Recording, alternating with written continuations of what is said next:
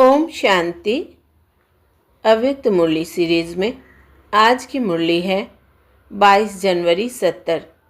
मुरली का हेडलाइन है अंतिम कोर्स, मन के भावों को जानना। सभी कहाँ बैठे हो और क्या देख रहे हो? अव्यक्त स्थिति में स्थित हो, अव्यक्त रूप को देख रहे हो व व्यक्त में अव्यक्त को देखने का प्रयत्न करते हो। इस दुनिया में आवाज़ है, अव्यक्त दुनिया में आवाज़ नहीं है। इसलिए बाप सभी बच्चों को आवाज़ से परे ले जाने की ड्रिल सिखला रहे हैं। 1 सेकेंड में आवाज़ में आना, 1 सेकेंड में आवाज़ से परे हो जाना, ऐसा अभ्यास इस वर्तमान समय में बहुत आवश्यक है। वो समय भी आएगा।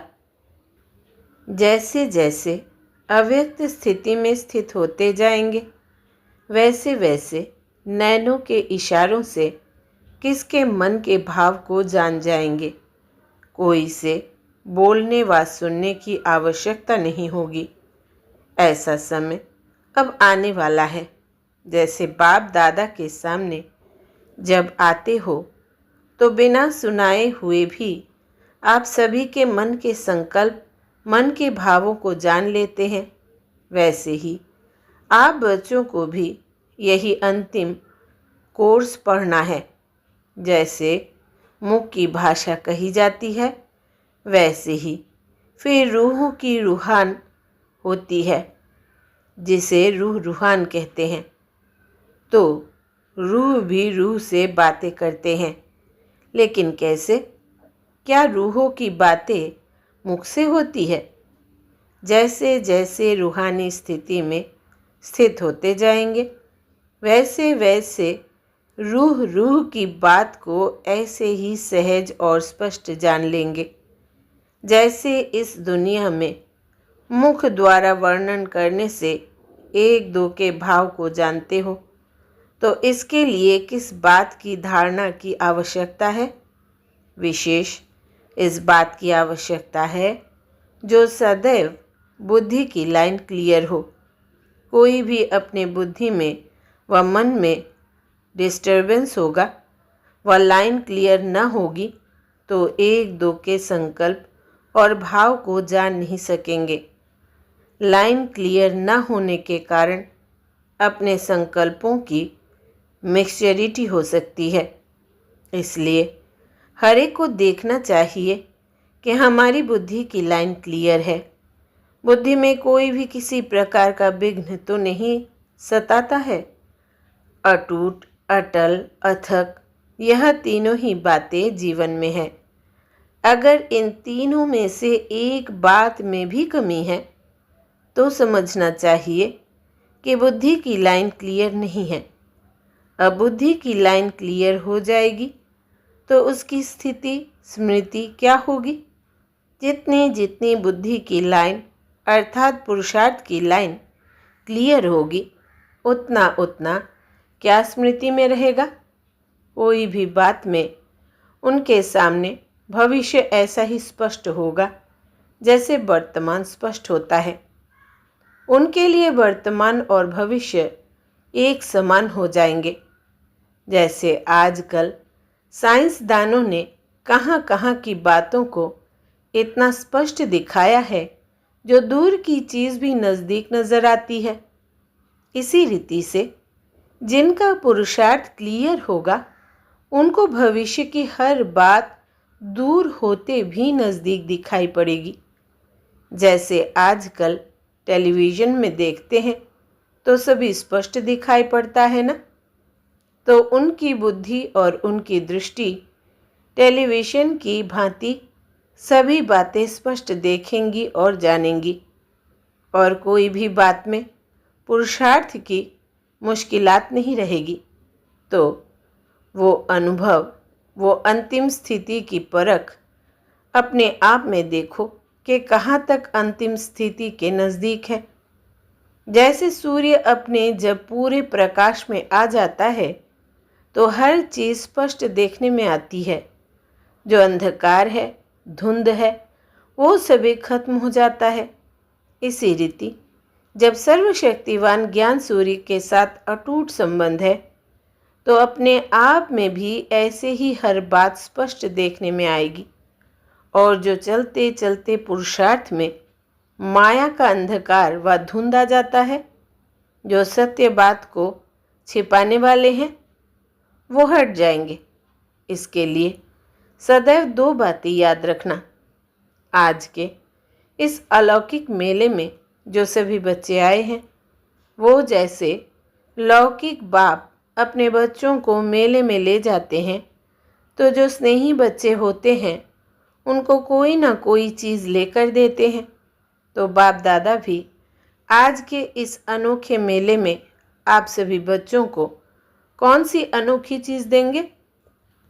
आज के इस मधुर मिलन के मेले का यादगार बाप दादा क्या दे रहे हैं कि सदैव शुभ चिंतक और शुभ चिंतन में रहना।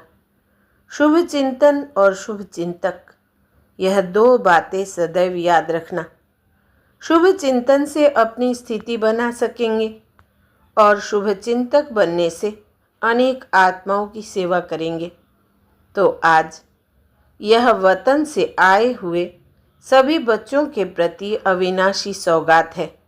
बाप दादा का स्नेह अधिक है व बच्चों का अधिक है। कोई बच्चे सोचते होंगे कि हम सभी का स्नेह बाप दादा से ज़्यादा है। कोई है भी, लेकिन मेजॉरिटी नहीं। स्नेह है लेकिन अटूट और एक रस स्नेह नहीं है। बच्चों का स्नेह रूप बदलता बहुत है। बाप दादा का स्नेह अटूट और एक रस रहता है।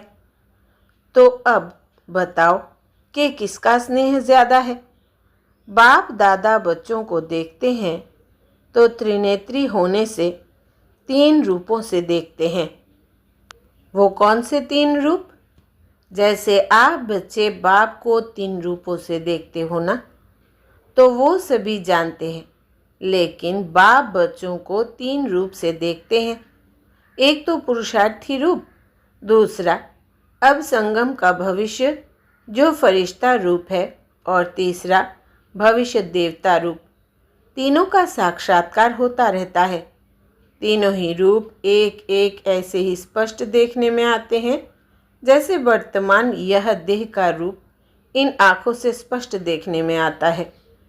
इस रीति दिव्य नेत्र द्वारा यह तीनों रूप स्पष्ट देखने में आते हैं।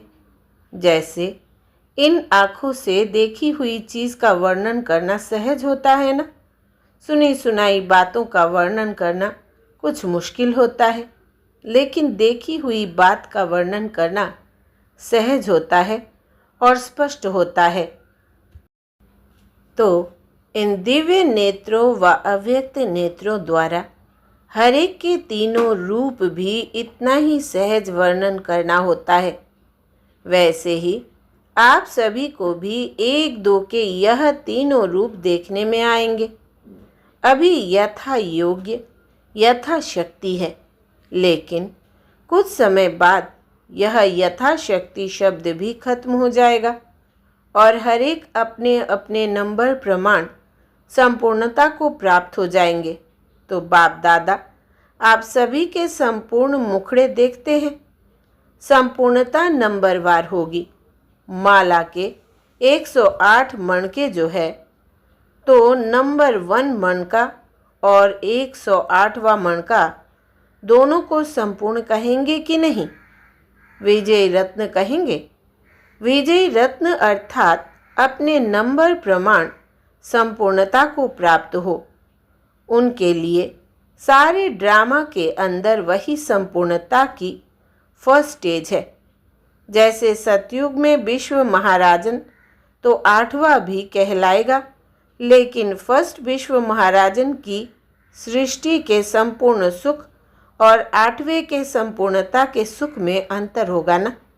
वैसे ही यहाँ भी हर एक अपने अपने नंबर प्रमाण संपूर्णता को प्राप्त हो रहे हैं। इसलिए बाप दादा संपूर्ण स्टेज को देखते रहते और वर्तमान समय के पुरुषार्थ को देखते रहते हैं। क्या है और क्या बनने वाले हैं? आपने पूछा ना। कि वतन में क्या बैठे करते हो, यही देखते रहते हैं और अव्यक्त सहयोग देने की सर्विस करते हैं। सभी समझते हैं कि बाप दादा वतन में पता नहीं क्या बैठ करते होंगे, लेकिन सर्विस की स्पीड साकार वतन से वहाँ तेज़ है, क्योंकि यहाँ तो साकार तन का भी हिसाब साथ था। अब तो इस बंधन से भी मुक्त है। अपने प्रति नहीं है, सर्व आत्माओं के प्रति है। जैसे इस शरीर को छोड़ना और शरीर को लेना यह अनुभव सभी को है, वैसे ही जब चाहो तब शरीर का भान बिल्कुल छोड़कर अशरीरी बन जाना और जब चाहो तब शरीर का आधार लेकर कर्म करना, यह अनुभव है। इस अनुभव को अब बढ़ाना है। बिल्कुल ऐसे ही अनुभव होगा जैसे कि यह स्थूल चोला अलग है और चोले को धारण करने वाली आत्मा अलग है। यह अनुभव अब ज़्यादा होना चाहिए। सदैव यही याद रखो कि अब गए कि गए, सिर्फ सर्विस के निमित्त शरीर का आधार लिया हुआ है। लेकिन जैसे ही सर्विस समाप्त हो वैसे ही अपने को एकदम हल्का कर सकते हैं। जैसे आप लोग कहाँ भी ड्यूटी पर जाते हो और फिर वापस घर आते हो तो अपने को हल्का समझते हो ना। ड्यूटी की ड्रेस बदल कर घर की ड्रेस पहन लेते हो, वैसे ही सर्विस प्रति यह शरीर रूपी वस्त्र का आधार लिया। फिर सर्विस समाप्त हुई और इन वस्त्रों के बोझ से हल्के और न्यारे हो जाने का प्रयत्न करो। 1 सेकेंड में चोले से अलग कौन हो सकेंगे? अगर टाइटनेस होगी तो अलग हो नहीं सकेंगे। कोई भी चीज़ अगर चिपकी हुई होती है तो उनको खोलना मुश्किल होता है। हल्के होने से सहज ही अलग हो जाता है। वैसे ही अगर अपने संस्कारों में कोई भी ईजीपन नहीं होगा तो फिर अशरीरीपन का अनुभव कर नहीं सकेंगे। सुनाया था ना कि क्या बनना है, इजी और अलर्ट। ऐसे भी नहीं कि ऐसा इजी रहे जो माया भी इजी आ जाए। कोई समय इजी रहना पड़ता है, कोई समय अलर्ट रहना पड़ता है। तो इजी और अलर्ट ऐसे रहने वाले ही इस अभ्यास में रह सकेंगे। बाप दादा बच्चों को कोई नया नहीं देख रहे हैं, क्योंकि जबकि तीनों ही कालों को जानते हैं तो नया कैसे कहेंगे। इसलिए सभी अति पुराने हैं। कितना पुराने हैं वो हिसाब नहीं निकाल सकते। तो अपने को नया नहीं समझना, अति पुराने हैं और वही पुराने अब फिर से अपना हक लेने के लिए आए हैं। यह नशा सदैव कायम रहे। यह भी कभी नहीं बोलना कि पुरुषार्थ करेंगे, देखेंगे, नहीं। जो लास्ट आए हैं उनको यही सोचना है कि हम फास्ट जाएंगे। अगर फास्ट का लक्ष्य रखेंगे तो पुरुषार्थ भी ऐसे ही होगा। इसलिए कभी भी यह नहीं सोचना कि हम लोग तो पीछे आए हैं तो प्रजा बन जाएंगे, नहीं। पीछे आने वालों को भी अधिकार है राज्य पद पाने का। अच्छा, अव्यक्त मुलाकात भी मिलन ही है। इसलिए सभी को यही निश्चय रखना है कि हम राज्य पद लेकर ही छोड़ेंगे। हम नहीं बनेंगे तो कौन बनेंगे? कोटों में कोई कौन सी आत्माएं गिनी जाती है? ऐसे कोटों में से कोई हम आत्माएं ड्रामा के अंदर है। यह अपना निश्चय नहीं भूलना। बाप दादा सभी बच्चों का भविष्य देख हर्षित होते हैं। एक एक से मिलना। मन की बात तो यह है, लेकिन आप सबके समान इस व्यक्त दुनिया में बाप दादा को अभी यह व्यक्त दुनिया नहीं है। तो आपके दुनिया के प्रमाण समय को भी देखना पड़ता है। वतन में समय नहीं होता, घड़ी नहीं होती, लेकिन इस व्यक्त दुनिया में यह सभी बातें देखनी पड़ती है। वहाँ तो जब सूर्य चांद ही नहीं तो रात दिन किस हिसाब से हो, इसलिए समय का बंधन नहीं है। अच्छा, ओम शांति।